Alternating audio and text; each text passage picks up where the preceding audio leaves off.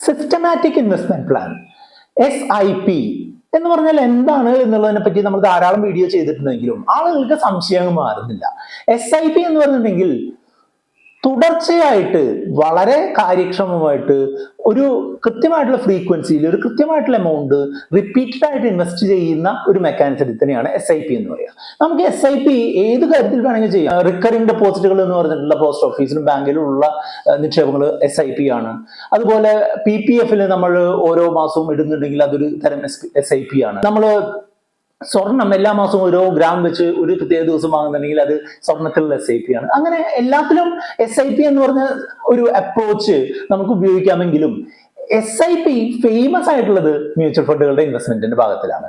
Mutual ഫണ്ടുകളുടെ SIPയെ പറ്റിയിട്ട് നമ്മുടെ ചാനലിന്റെ സബ്സ്ക്രൈബേഴ്സും നമ്മുടെ ചാനലിന്റെ വ്യൂവേഴ്സും നമ്മളോട് വാട്സപ്പ് വഴി ചോദിച്ചിട്ടുള്ള 12 ചോദ്യങ്ങൾക്കാണ് ഈ വീഡിയോ വഴി ഉത്തരം നൽകുന്നത്. അപ്പോൾ വീഡിയോയിലേക്ക് പോകാം. ഞാൻ സുബീഷാണ്. റുപ്പിമംഗ് എന്ന് പറഞ്ഞ യൂട്യൂബ് ചാനലിലൂടെ ആസ്ക് റുപ്പിമംഗ് എന്ന് പറഞ്ഞ വാട്സപ്പ് സർവീസിലൂടെയും പേഴ്സണൽ ഫിനാൻസുമായി ബന്ധപ്പെട്ട കാര്യങ്ങൾ പറഞ്ഞിരുന്നത് ഞാനാണ്. ആദ്യത്തെ ചോദ്യം SIPയിൽ എത്ര രൂപ നിക്ഷേപിക്കണം എന്നുള്ളതാണ്. ചോദ്യം അയച്ചിട്ടുള്ള ആള് തെറ്റായിട്ടാണത് മനസ്സിലാക്കിയിട്ടുള്ളതെന്ന് തോന്നുന്നു. SIPയിൽ എത്ര രൂപ നിക്ഷേപിക്കണം എന്നുള്ളത് ഒരു തെറ്റായിട്ടുള്ള ചോദ്യമാണ്. SIP എന്ന് പറയുന്നത് മ്യൂച്വൽ ഫണ്ട് SIP എന്ന് പറയുന്നത് മ്യൂച്വൽ ഫണ്ടിൽ നിക്ഷേപിക്കാനുള്ള ഒരു മാർഗം മാത്രമാണ്. അതുകൊണ്ട് SIP വഴി മ്യൂച്വൽ ഫണ്ടിൽ നിക്ഷേപിക്കുക എന്നുള്ളതാണ് അദ്ദേഹം ഉദ്ദേശിച്ചതെന്ന് കരുതുന്നു. എത്ര രൂപ നിക്ഷേപിക്കണം എന്ന് ചോദിച്ചു കഴിഞ്ഞാൽ മിക്കവാറും മ്യൂച്വൽ ഫണ്ടുകൾ 100 രൂപ അല്ലെങ്കിൽ 500 രൂപ മുതലൊക്കെ മാസമോ ദിവസമോ ആഴ്ചയിലോ 3 മാസം കൂടുമ്പോഴോ ഒക്കെ നിക്ഷേപിക്കാനുള്ള ഓപ്ഷൻ തരുന്നുണ്ട്. അപ്പൊ നമ്മളുടെ സാമ്പത്തിക സ്ഥിതിക്ക് അനുസരിച്ചും നമ്മൾ എന്തുമാത്രം പണം ഏതൊക്കെ സമയത്തിന് ശേഷം നമ്മൾക്ക് കിട്ടാൻ ഉദ്ദേശിക്കുന്നു എന്നുള്ളതിനനുസരിച്ച് ആണ് നമ്മളുടെ ഇൻവെസ്റ്റ്മെന്റ് തുക നമ്മൾ നിശ്ചയിക്കേണ്ടത്. അപ്പോ ഓരോരുത്തരുടെയും കഴിവിനനുസരിച്ചുള്ള എമൗണ്ട്, അത് നമ്മളുടെ ഒരു ഗോൾ അച്ചീവ് ചെയ്യാനായിട്ടാണെന്നുണ്ടെങ്കിൽ ആ ഗോള് എത്തുന്നതിന് വേണ്ട മാക്സിമം എമൗണ്ട് നിക്ഷേപിക്കുക എന്നുള്ള ഒരു രീതിയിൽ വേണം പോവാൻ. പിന്നെ ഈ പൈസ എത്ര രൂപ എന്നുള്ളത് നിശ്ചയിക്കുന്ന സമയത്ത് നമ്മൾ മനസ്സിലാക്കേണ്ട മറ്റൊരു കാര്യം എന്താണെന്ന് വെച്ചാൽ ഇതിൽ നിന്ന് എന്തുമാത്രം റിട്ടേൺ നമുക്ക് എക്സ്പെക്ട് ചെയ്യാൻ പറ്റും എന്നുള്ളതും കൂടെ മനസ്സിലാക്കിയിട്ട് വേണം നിക്ഷേപിക്കാം. ഉദാഹരണമായിട്ട് പറയുകയാണെങ്കിൽ 15,000 രൂപ 15 വർഷം ഓരോ മാസവും 15% ആനുവൽ റിട്ടേൺ വെച്ച് കിട്ടുകയാണെന്നുണ്ടെങ്കിൽ നമ്മളുടെ ആ നിക്ഷേപം 1 കോടി ആവും എന്നുള്ളതാണ് കണ്ടിട്ടുള്ളത്. അപ്പോ 15,000 ഇപ്പോ നമുക്ക് 1 കോടി വേണ്ട ഒരാളാണെന്നുണ്ടെങ്കിൽ 15% ആനുവൽ റിട്ടേൺ കിട്ടാൻ സാധ്യതയുള്ള ഒരു നിക്ഷേപത്തില് 15 മാസം 15,000 രൂപ 15 വർഷം ഓരോ മാസവുമായിട്ട് ഇടുക എന്നുള്ളതാണ് ചെയ്യേണ്ടത് എന്നുള്ളത് മനസ്സിലാക്കി കാണുമല്ലോ. അപ്പൊ നമ്മളുടെ ആവശ്യത്തിനനുസരിച്ചും നമ്മളുടെ കഴിവിനനുസരിച്ചും നമ്മളുടെ റിട്ടേൺ എക്സ്പെക്ടേഷൻ അനുസരിച്ചും വേണം നമ്മൾ എത്ര രൂപ വേണം എന്നുള്ളതിനെ പറ്റിയിട്ട് ഒരു ധാരണ ഉണ്ടാക്കാനായിട്ട്. അപ്പോൾ SIP എന്ന് പറഞ്ഞത് ഒരു ഇൻവെസ്റ്റ്മെന്റ് വെഹിക്കിൾ ആണ് എന്നുള്ളത് മനസ്സിലാക്കുക. അതിൽ നിന്ന് കിട്ടുന്ന റിട്ടേൺ എന്ന് പറയുന്നത് ഒരിക്കലും ഒരു ഫിക്സഡ് ആയിട്ടുള്ള റിട്ടേൺ അല്ല എന്നുള്ളതും നിങ്ങൾ മനസ്സിലാക്കണം. നമ്മൾ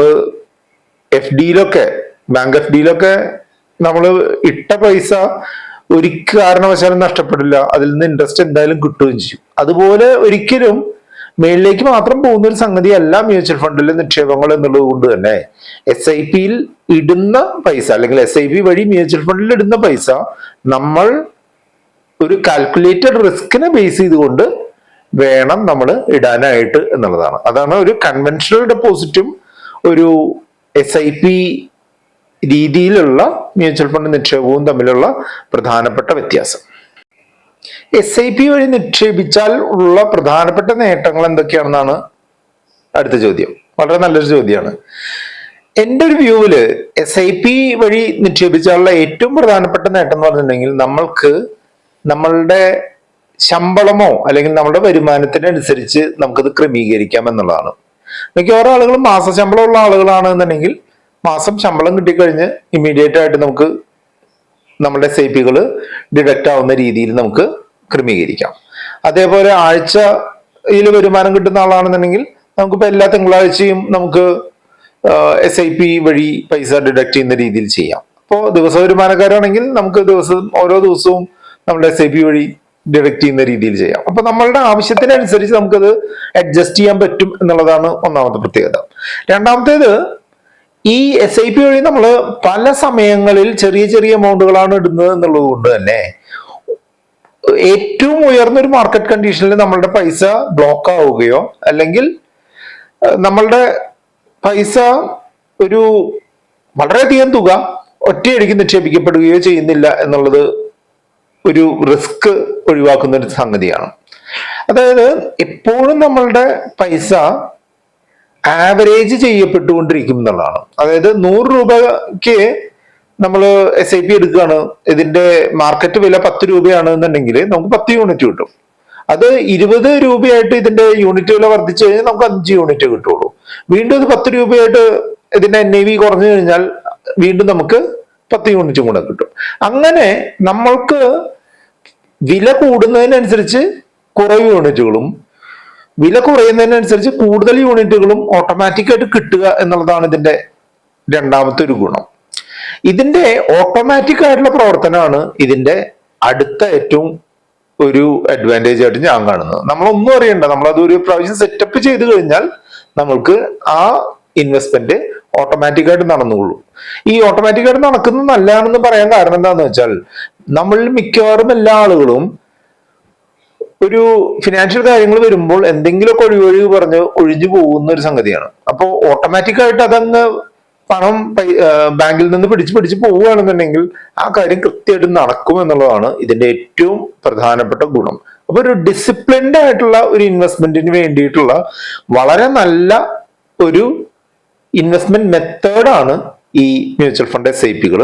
അത് ഒരു വൊളാറ്റിലിറ്റി ഉള്ള അല്ലെങ്കിൽ കയറിയും ഇറങ്ങിയും നിൽക്കുന്ന സ്റ്റോക്ക് ബേസ്ഡ് ആയിട്ടുള്ള മ്യൂച്വൽ ഫണ്ടുകളിലാണ് നിക്ഷേപിക്കുന്നത് എന്നുണ്ടെങ്കിൽ നമ്മൾക്ക് ഒരു ആവറേജ് ചെയ്തിട്ടുള്ള ഒരു നേട്ടം കിട്ടുകയും അത് നമ്മളുടെ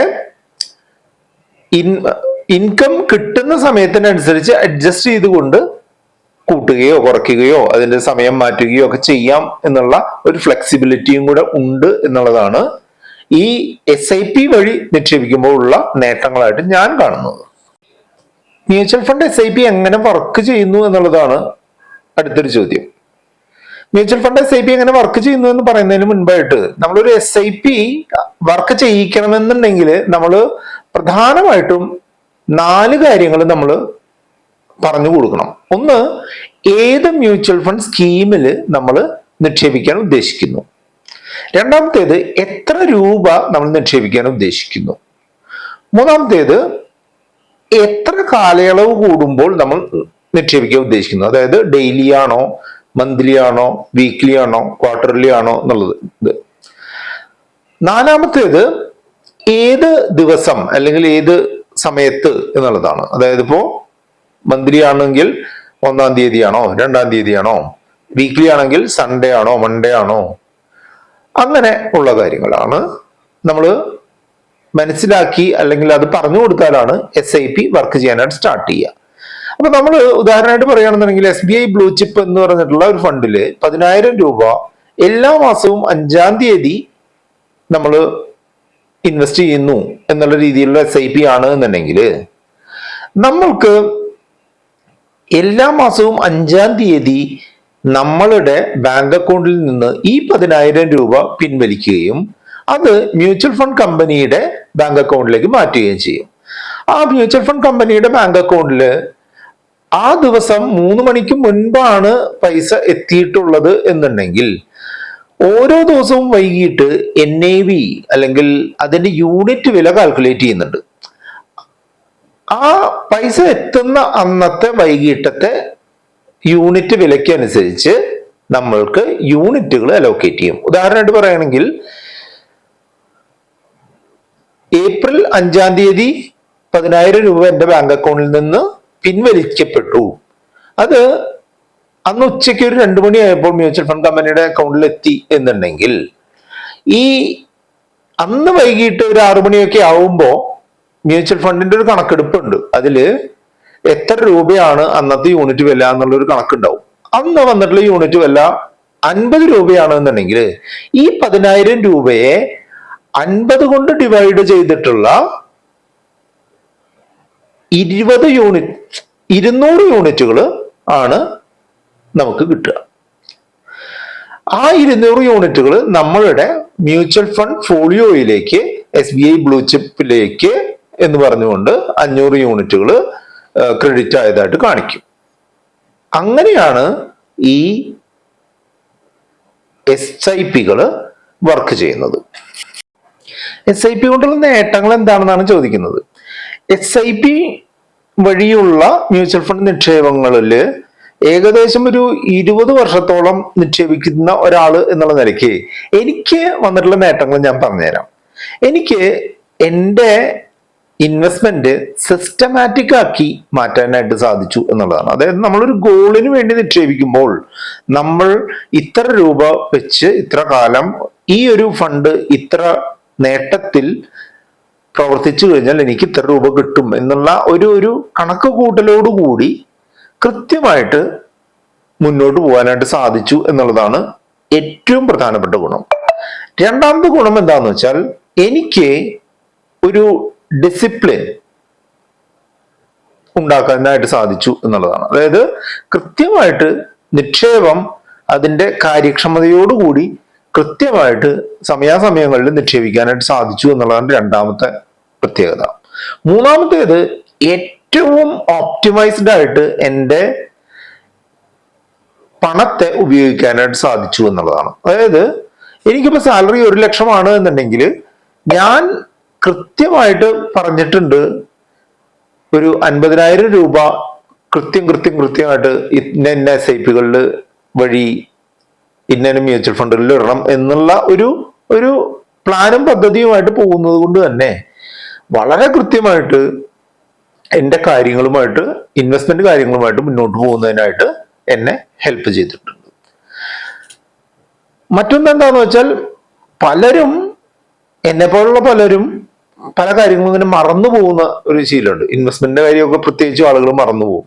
അപ്പൊ ആ ഒരു മറവി ഇല്ലാതാക്കുന്നതിനായിട്ട് എന്നെ ഹെൽപ്പ് ചെയ്തിട്ടുണ്ട്. ഇതൊക്കെയാണ് പേഴ്സണലി എനിക്ക് ഉണ്ടായിട്ടുള്ള ഗുണങ്ങൾ. അതായത് നമ്മളൊരു നിക്ഷേപം എന്ന് പറയുന്നത് ഒരു പ്രത്യേക ഫിനാൻഷ്യൽ ആവശ്യവുമായിട്ട് ബന്ധപ്പെടുത്തി നിക്ഷേപിക്കാനായിട്ടുള്ള ഏറ്റവും മികച്ച ഒരു ഇൻവെസ്റ്റ്മെന്റ് രീതിയാണ് SIP-കൾ എന്നുള്ളതാണ് എൻ്റെ ഇതുവരത്തെ അനുഭവത്തിൽ നിന്ന് എനിക്ക് മനസ്സിലായിട്ടുള്ളത്. SIP-യിൽ എങ്ങനെ നിക്ഷേപിക്കുമെന്നാണ് അടുത്ത ചോദ്യം. ചോദ്യം തെറ്റല്ലേ? SIP-യിൽ അല്ലല്ലോ നമ്മൾ നിക്ഷേപിക്കാം. മ്യൂച്വൽ ഫണ്ടിലെ SIP വഴി എങ്ങനെ നിക്ഷേപിക്കും എന്നാണ് ചോദ്യം ചോദിക്കേണ്ടത്. ഇപ്പൊ എല്ലാവർക്കും എല്ലാം അറിയില്ലല്ലോ, എങ്കിലും നമ്മൾ ബേസിക് ആയിട്ടുള്ള കാര്യങ്ങൾ പഠിച്ചിരിക്കാം. SIP വഴി മ്യൂച്വൽ ഫണ്ടിൽ എങ്ങനെ നിക്ഷേപിക്കുന്നു ഇപ്പൊ പറഞ്ഞുതരാം. SIP വഴി മ്യൂച്വൽ ഫണ്ട് നിക്ഷേപിക്കുന്നതിനായിട്ട് പല മാർഗങ്ങളുണ്ട്. ഏറ്റവും എളുപ്പമുള്ള മാർഗം എന്താണെന്ന് വെച്ചാൽ ഓൺലൈൻ പ്ലാറ്റ്ഫോമുകളുണ്ട്. പല പ്ലാറ്റ്ഫോമുകളുണ്ട്. കുവേര, അതുപോലെ ഗ്രോ ആപ്പ്, ET മണി, അതുപോലെ MF സെൻട്രൽ എന്നൊക്കെ പറഞ്ഞ് പ്ലാറ്റ്ഫോമുകളുണ്ട്. ഈ പ്ലാറ്റ്ഫോമുകളിൽ നമ്മളുടെ pan card, Aadhaar card,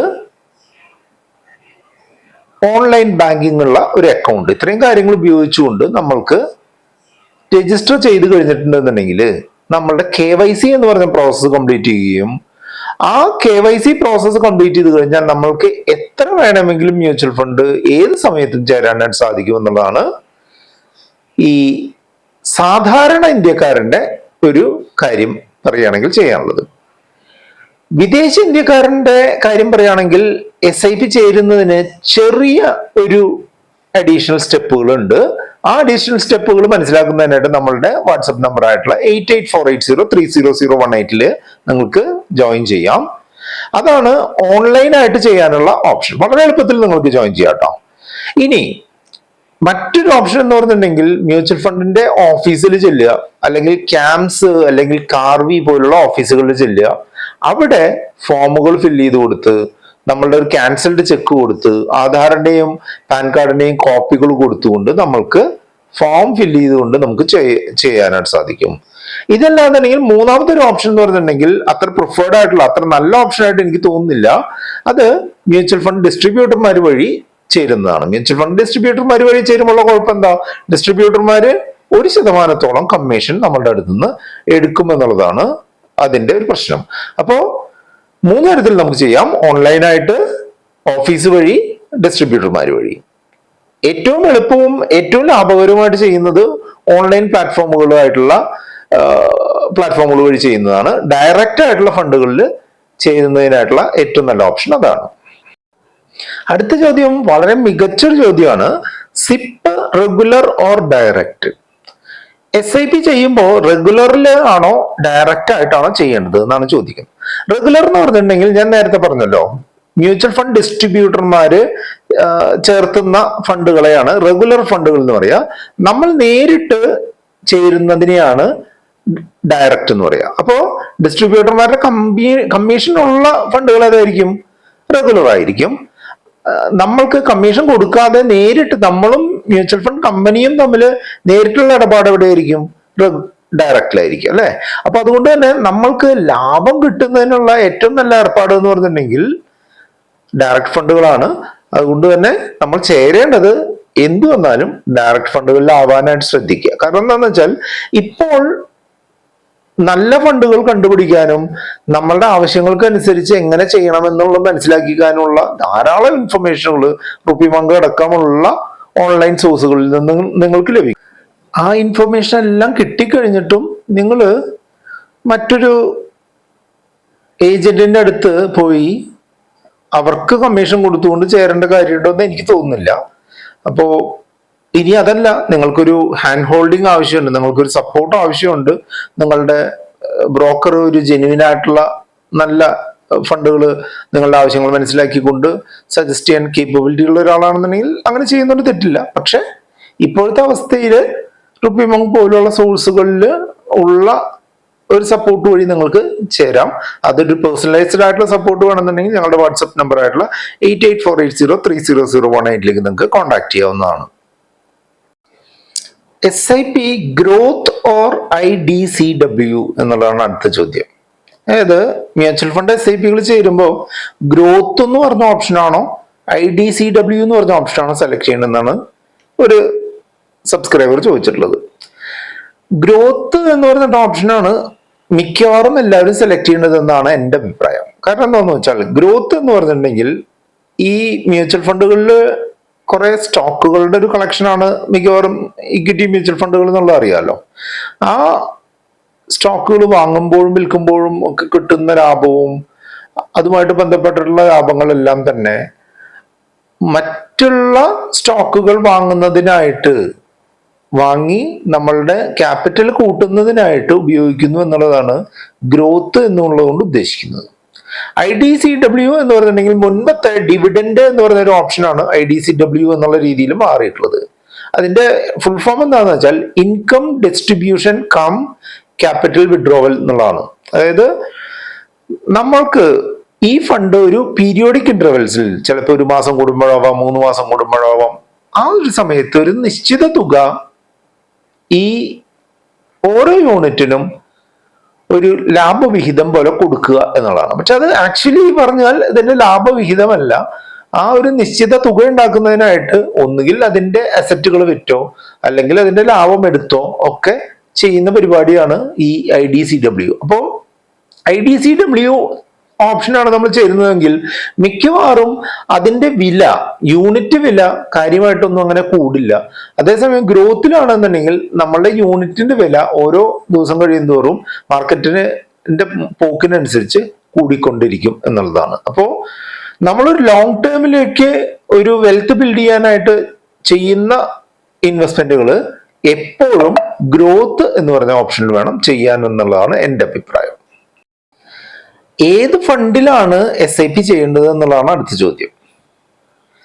mutual ഫണ്ടുകളിൽ പലതരത്തിലുണ്ട് എന്നുള്ളത് നിങ്ങൾക്ക് മിക്കവാറും എല്ലാവർക്കും അറിയുന്നുണ്ടാവും. അതായത് ഇക്വിറ്റി മ്യൂച്വൽ ഫണ്ട് സ്റ്റോക്കുകളിൽ നിക്ഷേപിക്കുന്ന തരത്തിലുള്ള മ്യൂച്വൽ ഫണ്ടാണ്. അതുപോലെ ഡെറ്റ് മ്യൂച്വൽ ഫണ്ട് എന്ന് പറഞ്ഞിട്ടുണ്ടെങ്കിൽ ബോണ്ടുകളിലും കടപ്പത്രങ്ങളിലും നിക്ഷേപിക്കുന്ന ഒരു മ്യൂച്വൽ ഫണ്ടാണ്. അതുപോലെ ഹൈബ്രിഡ് ആയിട്ടുള്ള മ്യൂച്വൽ ഫണ്ട് എന്ന് പറഞ്ഞിട്ടുണ്ടെങ്കിൽ അത് ഈ സ്റ്റോക്കുകളുടെയും ബോണ്ടുകളുടെയും ഒരു കോമ്പിനേഷനായിട്ട് നിക്ഷേപിക്കുന്നതാണ്. അപ്പോൾ നമ്മളുടെ ആവശ്യത്തിനും നമ്മളുടെ ഒരു ഇൻവെസ്റ്റ്മെന്റ് കാലയളവിനും അനുസരിച്ച് വേണം നമ്മൾ ഏത് ഫണ്ട് വേണം എന്നുള്ളത് ചൂസ് ചെയ്യാനായിട്ട്. അപ്പോൾ 5 വർഷം അതിൽ കൂടുതലൊക്കെയുള്ള കാലയളവിലേക്കാണ് നിക്ഷേപിക്കുന്നത് എന്നുണ്ടെങ്കിൽ സാധാരണഗതിയിൽ ഈ ഇക്വിറ്റി ഫണ്ടുകൾ സെലക്ട് ചെയ്യുന്നതായിരിക്കും നന്നാവുക. ഒരു 3 വർഷത്തിനും ഒരു 5 വർഷത്തിനും ഇടയ്ക്കൊക്കെയാണെന്നുണ്ടെങ്കിൽ ഹൈബ്രിഡ് കാറ്റഗറിയിലുള്ള ഫണ്ടുകൾ നന്നായിരിക്കും. ഒരു 3 വർഷത്തിന് താഴേക്കുള്ള കാര്യങ്ങൾക്കാണ് കൂടുതലും ഈ ഡെറ്റ് ഫണ്ടുകൾ ഉപയോഗിക്കുക. ഈ ഏറ്റവും പോപ്പുലർ ആയിട്ടുള്ള ഫണ്ടുകൾ ഇക്വിറ്റി ബേസ്ഡ് ആയിട്ടുള്ള അല്ലെങ്കിൽ സ്റ്റോക്ക് ബേസ്ഡ് ആയിട്ടുള്ള ഫണ്ടുകളാണ് എന്നുള്ളത് കൊണ്ട് തന്നെ ഈ ഇക്വിറ്റി ഫണ്ടുകളിലും ഫർദർ ക്ലാസിഫിക്കേഷൻ ഉണ്ട്. ലാർജ് ക്യാപ് ഫണ്ടുകൾ, സ്മോൾ ക്യാപ് ഫണ്ടുകൾ, മിഡ് ക്യാപ് ഫണ്ടുകൾ, സെക്ടർ ഫണ്ടുകൾ, തീമാറ്റിക് ഫണ്ടുകൾ എന്നൊക്കെ പറഞ്ഞു.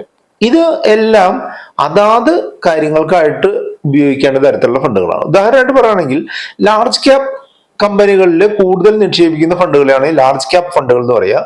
അത് നമ്മുടെ പോർട്ട്ഫോളിയോയ്ക്ക് ഒരു സ്റ്റെബിലിറ്റിയും ഒരു സ്റ്റാൻഡേർഡ് ഗ്രോത്തും നൽകുന്നതിനുള്ള സംവിധാനമാണ്. അതുപോലെ മിഡ് ക്യാപ് ഫണ്ടുകൾ എന്ന് പറഞ്ഞിട്ടുണ്ടെങ്കിൽ മിഡ് ക്യാപ് സ്റ്റോക്കുകളിൽ, അതായത് ഒരു ഇടത്തരം കമ്പനികളിൽ കൂടുതൽ നിക്ഷേപിക്കുന്ന തരത്തിലുള്ള മ്യൂച്വൽ ഫണ്ടാണ്. അപ്പോ ഒരു ഒരു കുറച്ചുകൂടെ കൂടിയ ഒരു അളവിലുള്ള ഗ്രോത്തോ വൊളാറ്റിലിറ്റിയോ ഉണ്ടാവുന്നതാണ് ഈ മിഡ് ക്യാപ്. അതിന് മൂന്നാമത്തെ കാറ്റഗറിയാണ് സ്മോൾ ക്യാപ് ഫണ്ടുകൾ. സ്മോൾ ക്യാപ് ഫണ്ട് എന്ന് പറഞ്ഞിട്ടുണ്ടെങ്കിൽ ചെറിയ കമ്പനികളിൽ കൂടുതൽ നിക്ഷേപം നടത്തുന്ന സ്മോൾ ക്യാപ് ഓഹരികളിൽ നിക്ഷേപം നടത്തുന്ന കമ്പനികളാണ്, ഫണ്ടുകളാണ്. അതില് വളരെ കൂടിയ വൊളാറ്റിലിറ്റി അല്ലെങ്കിൽ കൂടിയ ഒരു ഗ്രോത്ത്, കൂടിയ നഷ്ടസാധ്യതയോടുകൂടി നിക്ഷേപിക്കാൻ താല്പര്യമുള്ള ദീർഘകാല നിക്ഷേപകർക്ക് അനുസരിച്ചുള്ളതാണ് ഈ സ്മോൾ ക്യാപ് ഫണ്ടുകൾ. ഇതുകൂടാതെ ഒരു പ്രത്യേക തരം കമ്പനികളിൽ നിക്ഷേപിക്കുന്ന, ഉദാഹരണം പറയുമെങ്കിൽ IT കമ്പനികളിൽ മാത്രം നിക്ഷേപിക്കുന്ന സെക്ടർ ഫണ്ടുകളുണ്ട്.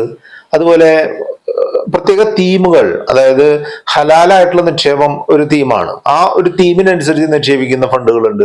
അങ്ങനെ പലതരത്തിലുള്ള ഫണ്ടുകളുണ്ട്. നമ്മുടെ ആവശ്യങ്ങളും നമ്മളുടെ നിക്ഷേപ കാലയളവും അനുസരിച്ച് വേണം നമ്മൾ ഏത് ഫണ്ട് വേണം എന്നുള്ളത് സെലക്ട് ചെയ്യാൻ.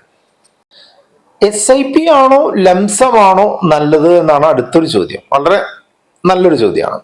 SIP എന്ന് പറഞ്ഞിട്ടുണ്ടെങ്കിൽ നമ്മളുടെ ഒരു പീരിയോഡിക് ആയിട്ട് നമ്മളുടെ ശമ്പളം കിട്ടുന്നതിനനുസരിച്ച് അല്ലെങ്കിൽ നമ്മുടെ വരുമാനം കിട്ടുന്നതിനനുസരിച്ച് ചെറിയ ചെറിയ തുകകളായിട്ട് നിക്ഷേപിക്കുന്നതിനാണ് ഈ SIP എന്ന് പറയാൻ നമുക്ക് മനസ്സിലായല്ലോ. ലംസം എന്ന് പറഞ്ഞിട്ടുണ്ടെങ്കിൽ നമുക്ക് ഒരു വലിയൊരു എമൗണ്ട് ഒന്നിച്ച് നമുക്ക് കിട്ടുകയാണ്, അത് നമുക്ക് നിക്ഷേപിക്കാനായിട്ടുള്ള ഒരു സംവിധാനത്തിനാണ് ലംസം എന്ന് പറയുക. അപ്പൊ ഈ ലംസമായിട്ട് നിക്ഷേപിക്കുന്നത് കുറച്ച് ഒരു റിസ്ക് ഉള്ള പരിപാടിയാണെന്നുണ്ടെങ്കിലും കൂടുതൽ ബെനിഫിറ്റ് കിട്ടാനുള്ള സാധ്യതയുണ്ട്. ഈ SIP ആയിട്ടുള്ള ഇതെന്ന് പറഞ്ഞിട്ടുണ്ടെങ്കിൽ കുറെ അധികം കാലം എടുത്തുകൊണ്ട് ചെറിയ രീതിയിലും കാര്യങ്ങൾ അക്യുമുലേറ്റ് ചെയ്ത് കൊണ്ടുവരുമ്പോഴാണ് SIPക്ക് ഗുണം ഉണ്ടാവുക. നമ്മളൊരു മാർക്കറ്റിൽ താഴ്ന്നു നിൽക്കുന്ന ഒരു സമയത്ത് ഉയരാൻ സാധ്യതയുണ്ട്, നല്ല രീതിയിൽ വളരാൻ സാധ്യതയുണ്ട് എന്നുള്ളൊരു ഫണ്ട് കണ്ടുപിടിച്ച് അതിൽ ലംസമായിട്ട് ഇൻവെസ്റ്റ് ചെയ്യുന്നത് എന്തുകൊണ്ടും നല്ലതാണ്. പക്ഷെ അതിന് അതിൻ്റെതായിട്ടുള്ള റിസ്ക്കും ഉണ്ട്. നമ്മൾ ഉദ്ദേശിക്കുന്ന രീതിയിൽ ഇത് വളർന്നില്ല എന്നുണ്ടെങ്കിൽ നമ്മൾ ഇടുന്ന ആ ഒരു വലിയ പൈസ ബ്ലോക്കായി പോകാനുള്ള സാധ്യതയുണ്ടെന്ന് നിങ്ങൾക്ക് മനസ്സിലായി കാണുമല്ലോ.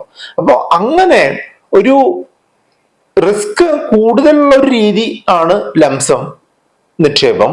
പക്ഷെ കൂടുതൽ നേട്ടം കിട്ടാൻ സാധ്യതകളും ഈ ലംസത്തിൽ തന്നെയാണ്. SIPക്ക് റിസ്ക് ലംസത്തിനെ കമ്പയർ ചെയ്യുമ്പോൾ താരതമ്യേന കുറവാണ് എന്നുണ്ടെങ്കിലും ഒരു ഗ്രോത്ത് ആസ്പെക്റ്റിൽ നോക്കുമ്പോൾ ഈ കൃത്യമായിട്ട് ടൈം ചെയ്തുകൊണ്ട് ചെയ്യുന്ന ലംസത്തിനനുസരിച്ചുള്ള ഒരു നേട്ടം കിട്ടിക്കണ്ടിട്ടില്ല. അപ്പോൾ രണ്ടിനും അതിൻ്റെതായിട്ടുള്ള ഗുണങ്ങളും ദോഷങ്ങളും ഉണ്ട്. നമ്മൾക്ക് ഏതാണ് യോജിക്കുക, നമ്മളുടെ ആവശ്യങ്ങൾ എന്താണ് എന്നുള്ളത് മനസ്സിലാക്കിക്കൊണ്ട് സിപ്പോ ലംസമോ നമുക്ക് സ്വീകരിക്കാവുന്നതാണ്. അപ്പൊ അതില് എന്തെങ്കിലും ഒരു ഡയറക്ഷന്റെ ആവശ്യം ഉണ്ടെന്നുണ്ടെങ്കിൽ നമ്മളെ കോൺടാക്ട് ചെയ്യാൻ നമ്പർ 8848030018 ആണ്. SIP ചെയ്യുന്നത് ഏത് ദിവസം ചെയ്യുന്നതായിരിക്കും നന്നാവുക എന്നാണ് ചോദിക്കുന്നത്. അതായത് മന്ത്ലി SIPയിലാണ് ഈ ഇതിന്റെ കാര്യം പ്രത്യേകമായിട്ട് ആൾക്കാർ ചോദിക്കാറുള്ളത്. അതായത് മാസത്തിന്റെ ഏത് ദിവസം SIP സെറ്റ് ചെയ്താൽ ഏറ്റവും കൂടുതൽ ലാഭം കിട്ടും എന്നാണ് ചോദിക്കുന്നത്. ഏറ്റവും കൂടുതൽ ലാഭം കിട്ടണം എന്നല്ലോ എല്ലാവരുടെയും ആഗ്രഹം. പക്ഷേ കണക്കുകൾ തെളിയിക്കുന്നത് എന്താണെന്ന് വെച്ചാൽ ഏത് ദിവസവും നിക്ഷേപിച്ചാലും ഏതാണ്ട് ഒരേ ലാഭമാണ് കിട്ടുന്നതെന്നാണ്. അതായത് നിങ്ങൾ 1-ാം തീയതി ഇട്ടാലും 5-ാം തീയതി ഇട്ടാലും 10-ാം തീയതി ഇട്ടാലും 20-ാം തീയതി ഇട്ടാലും 29-ാം തീയതി ഇട്ടാലും എല്ലാത്തിനും ഏതാണ്ട് ഒരേ കണക്കിലുള്ള ലാഭമാണ് ഒരേ കാലയളവിലേക്ക് നിക്ഷേപിച്ചിട്ടുള്ള തുകകൾക്ക് കിട്ടിയിട്ടുള്ളതെന്നാണ് കാണുന്നത്. അതുകൊണ്ട് തന്നെ ഏത് ദിവസം എന്നുള്ളതിന് വലിയൊരു ഇമ്പോർട്ടൻസ് ഇല്ല. എങ്കിലും ചെറിയൊരു അഡ്വാൻറ്റേജ് കാണുന്നത് അവസാനത്തെ ദിവസങ്ങളിൽ, അതായത് 25 അതിന് ശേഷമോ ഉള്ള തീയതികളിലുള്ള SIP-കൾക്ക് താരതമ്യേന ചെറിയൊരു അഡ്വാൻറ്റേജ് ഉണ്ട്. പക്ഷെ അത് വളരെ നാമമാത്രമായിട്ടുള്ള ലാഭം മാത്രമാണ്. അതുകൊണ്ട് തന്നെ ഞാൻ പറയുകയാണെന്നുണ്ടെങ്കിൽ ഏറ്റവും നല്ല ദിവസം എന്ന് പറഞ്ഞിട്ടുണ്ടെങ്കിൽ നിങ്ങൾക്ക് വരുമാനം ഉറപ്പായിട്ടും കിട്ടുന്ന തീയതിക്ക് അടുത്ത ദിവസമോ അടുത്ത ദിവസമോ ചെയ്യുക എന്നുള്ളതാണ്. ഉദാഹരണമായിട്ട് പറയുകയാണെങ്കിൽ എല്ലാ മാസവും 2-ാം തീയതി ശമ്പളം കിട്ടുന്ന ഒരാള് 4-ാം തീയതിയോ 5-ാം തീയതിയോ ഒക്കെ SIP ഡേറ്റ് വെച്ചാൽ നന്നായിരിക്കുമെന്നാണ് എൻ്റെ അഭിപ്രായം. SIP എന്ന് തുടങ്ങണമെന്നാണ് മറ്റൊരു സുഹൃത്ത് ചോദിച്ചിട്ടുള്ളത്. എൻ്റെ അഭിപ്രായത്തിൽ SIP ഇന്നലെ തുടങ്ങേണ്ടതായിരുന്നു. പക്ഷെ ഇന്നലെ നമുക്ക് പോയി തുടങ്ങാനായിട്ട് സാധിക്കില്ലല്ലോ. അതുകൊണ്ട് തന്നെ ഇന്ന് തുടങ്ങാൻ പറ്റുന്നവർ ഇന്ന് തന്നെ തുടങ്ങുക എന്നുള്ളതാണ്. അധികം സമയം കളയണ്ട എന്നുള്ളതാണ്. നിങ്ങൾ ഒരു പ്രധാനപ്പെട്ട ഒരു കൊട്ടേഷൻ കേട്ടിട്ടുണ്ടാവും, ടൈമിങ് ദ മാർക്കറ്റിനേക്കാൾ മികച്ചതാണ് ടൈം ഇൻ ദ മാർക്കറ്റ് എന്ന്. അതായത് നമ്മൾ എത്രയും കൂടുതൽ കാലം നമ്മുടെ പണം ഇൻവെസ്റ്റഡ് ആയിട്ട് ഇരിക്കുന്നുവോ അത്രയും നമുക്ക് നേട്ടം കിട്ടാനുള്ള സാധ്യതയുണ്ട് എന്നാണ് അത് പറഞ്ഞു വരുന്നത്. അപ്പോൾ അങ്ങനെയുള്ളൊരു സിറ്റുവേഷനുള്ള സമയത്ത് നമ്മൾക്ക് ആ ഒരു സമയം മാക്സിമം കിട്ടുന്നതിനായിട്ട് ഇന്ന് തുടങ്ങാൻ സാധിക്കുന്നവർ ഇന്ന് തന്നെ തുടങ്ങുക എന്നുള്ളതാണ്. അപ്പോൾ SIP തുടങ്ങുന്നതിനായിട്ട് അല്ലെങ്കിൽ ഏത് ഫണ്ടിൽ തുടങ്ങണം, എങ്ങനെ തുടങ്ങണം എന്നുള്ളതിന് എന്തെങ്കിലും സപ്പോർട്ട് വേണമെന്നുണ്ടെങ്കിൽ നമ്മുടെ വാട്സപ്പ് നമ്പർ ആയിട്ടുള്ള 8848030018 നിങ്ങൾക്ക് കോൺടാക്ട് ചെയ്യാം. തുടങ്ങണമെന്ന് ചോദിച്ച നിലയ്ക്ക് എന്ന് നിർത്തണം എന്നുള്ളതും അദ്ദേഹം തന്നെ ചോദിച്ചിട്ടുണ്ട്. SIP എന്ന് നിർത്തണം എന്ന് ചോദിച്ചു കഴിഞ്ഞിട്ടുണ്ടെങ്കിൽ നമ്മളൊരു ലക്ഷ്യത്തിന് വേണ്ടിയിട്ടായിരിക്കുമല്ലോ ഈ ഒരു സിസ്റ്റമാറ്റിക് ആയിട്ട് മ്യൂച്വൽ ഫണ്ടിൽ നിക്ഷേപിക്കുന്നുണ്ടാവുക. ആ ലക്ഷ്യത്തിനോട് അടുത്തെത്തുന്ന സമയത്ത് SIP-കൾ നിർത്തുന്നത് നന്നായിരിക്കും. അതായത് ഒരു ഇക്വിറ്റി ബേസ്ഡ് മ്യൂച്വൽ ഫണ്ടിലൊക്കെ ആണെന്നുണ്ടെങ്കിൽ നമ്മളിപ്പോ ഒരു 10 വർഷം നിക്ഷേപിച്ചുകൊണ്ടിരിക്കുന്ന ഒരാളാണെങ്കിൽ 9-ാമത്തെ വർഷമൊക്കെ നമുക്ക് ആ നിക്ഷേപം കുറച്ചുകൊണ്ട് വരികയോ ആ നിക്ഷേപം നിർത്തിക്കൊണ്ട് അതിൽ നിന്ന് പൈസ മറ്റൊരു സേഫ് ആയിട്ടുള്ള സ്ഥലത്തേക്ക് മാറ്റുകയൊക്കെ ചെയ്യാം. അങ്ങനെ കുറെ സ്ട്രാറ്റജികളുണ്ട്. അതിനെപ്പറ്റി അതൊക്കെ ഓരോരുത്തരുടെ ഒരു അവസ്ഥയും കാര്യങ്ങൾ എവിടം വരെ എത്തി എന്നുള്ളതിനൊക്കെ അനുസരിച്ച് നമ്മൾ ചേഞ്ച് ചെയ്ത് കൊടുക്കേണ്ടതാണ്. അപ്പൊ അതിനെപ്പറ്റി ഒരു ഡയറക്ഷൻ വേണമെങ്കിൽ നമ്മുടെ വാട്സാപ്പ് നമ്പറിൽ നിങ്ങൾക്ക് കോൺടാക്ട് ചെയ്യാം. അപ്പോൾ SIP നിർത്തേണ്ടത് നമ്മളുടെ ഗോള് എത്താറാവുമ്പോൾ നിർത്തണം. രണ്ടാമത്തേത്, നമ്മളുടെ SIP ചെയ്യുന്ന ഫണ്ട് അത്രയൊരു മികച്ച ഫണ്ടല്ല എന്നുണ്ടെങ്കിൽ, അത് കൺസിസ്റ്റന്റ് ആയിട്ട് മോശമായിട്ട് വരുന്ന ഒരു ഫണ്ടാണ് എന്നുണ്ടെങ്കിൽ അത് ആ സമയത്ത് നിർത്തണം. അതല്ല, ഫണ്ടിന്റെ കാര്യങ്ങളിൽ കുറെ മാറ്റങ്ങൾ, അല്ലെങ്കിൽ ഫണ്ട് മാനേജർ മാറുക, അല്ലെങ്കിൽ ഫണ്ടിന്റെ ഒബ്ജക്റ്റീവ് മാറുക, അങ്ങനെയൊക്കെ ആണെന്നുണ്ടെങ്കിൽ അത് നമ്മൾക്ക് യോജിച്ച ഫണ്ടായിട്ട് ഇപ്പൊ നിലനിൽക്കാൻ സാധ്യതയുണ്ടോ എന്നുള്ളൊരു തീരുമാനം എടുത്തതിന് ശേഷം അത് നിർത്തുകയോ തുടരുകയോ ചെയ്യാം. അപ്പോൾ പ്രധാനമായിട്ടും ഫണ്ട് നമ്മൾ എന്തിനാണോ ഈ SIP ചെയ്തത് ആ ഒരു ഒബ്ജക്റ്റീവ് മീറ്റ് ചെയ്യാറായി കഴിഞ്ഞാൽ നമുക്ക് SIP നിർത്താം എന്നുള്ളത് മനസ്സിലാക്കുക. SIP-ക്ക് ടാക്സ് ഉണ്ടോ എന്നുള്ളതാണ് അടുത്ത ചോദ്യം. SIP-ക്ക് അങ്ങനെ പ്രത്യേകിച്ച് ഒരു ടാക്സ് ഒന്നുമില്ല. പക്ഷെ നമ്മൾ നിക്ഷേപിക്കുന്നത് SIP വഴി ഒരു മ്യൂച്വൽ ഫണ്ടിലേക്കാണ് എന്നുള്ളത് കൊണ്ട് തന്നെ നമ്മളുടെ നിക്ഷേപം പിൻവലിക്കുന്ന സമയത്ത് നമുക്ക് അതിൽ നിന്ന് കിട്ടുന്ന ലാഭത്തിന് നമ്മൾ ടാക്സ് കൊടുക്കേണ്ടതായിട്ടുണ്ട്. ഒരു ഉദാഹരണമായിട്ട് പറയുകയാണെന്നുണ്ടെങ്കിൽ, ഞാൻ 2020 ജനുവരി മുതൽ 2024 ജനുവരി വരെ 4 വർഷം ഞാൻ ഒരു ഫണ്ടിൽ നിക്ഷേപിച്ചു എന്ന് കരുതുക. അതായത് 48+1 ഇൻസ്റ്റാൾമെന്റ് ആയിട്ട് 10,000 രൂപ വെച്ച് ഇൻവെസ്റ്റ് ചെയ്തു. അപ്പോ ഇതില് ഓരോ ഇൻസ്റ്റാൾമെന്റും ഓരോ ഇൻവെസ്റ്റ്മെന്റ് ആയിട്ടാണ് മ്യൂച്വൽ ഫണ്ട് കമ്പനികൾ കൺസിഡർ ചെയ്യുന്നത് എന്നുള്ളത് മനസ്സിലാക്കാം. അതായത് പിൻവലിക്കുന്നത്, ആദ്യം ഇൻവെസ്റ്റ് ചെയ്തത് ആദ്യം പിൻവലിക്കപ്പെടുന്നു. ആദ്യം ഇൻവെസ്റ്റ് ചെയ്തത് എത്ര യൂണിറ്റ് ആണോ ആ യൂണിറ്റിന്റെ വിലയ്ക്ക് അനുസരിച്ച് നമ്മൾ ലാഭമാണോ നഷ്ടമാണോ എന്ന് കാൽക്കുലേറ്റ് ചെയ്ത് ആ ലാഭത്തിന് നമ്മൾ ടാക്സ് കൊടുക്കുകയാണ് വേണ്ടത്. അപ്പോ 1 വർഷം കഴിഞ്ഞിട്ടുള്ള നിക്ഷേപമാണ് എന്ന് കരുതുക. അതായത് ഇപ്പോ ഈ വീഡിയോ ഷൂട്ട് ചെയ്യുന്നത് ഏപ്രിൽ മാസം 2024 അപ്പൊ 2023 ഏപ്രിലിന് മുൻപ് നിക്ഷേപിച്ചിട്ടുള്ള എല്ലാ ഇൻസ്റ്റാൾമെന്റുകളും SIP ഇൻസ്റ്റാൾമെന്റുകളും 1 വർഷം കംപ്ലീറ്റ് ആയിട്ടുള്ളതാണ്.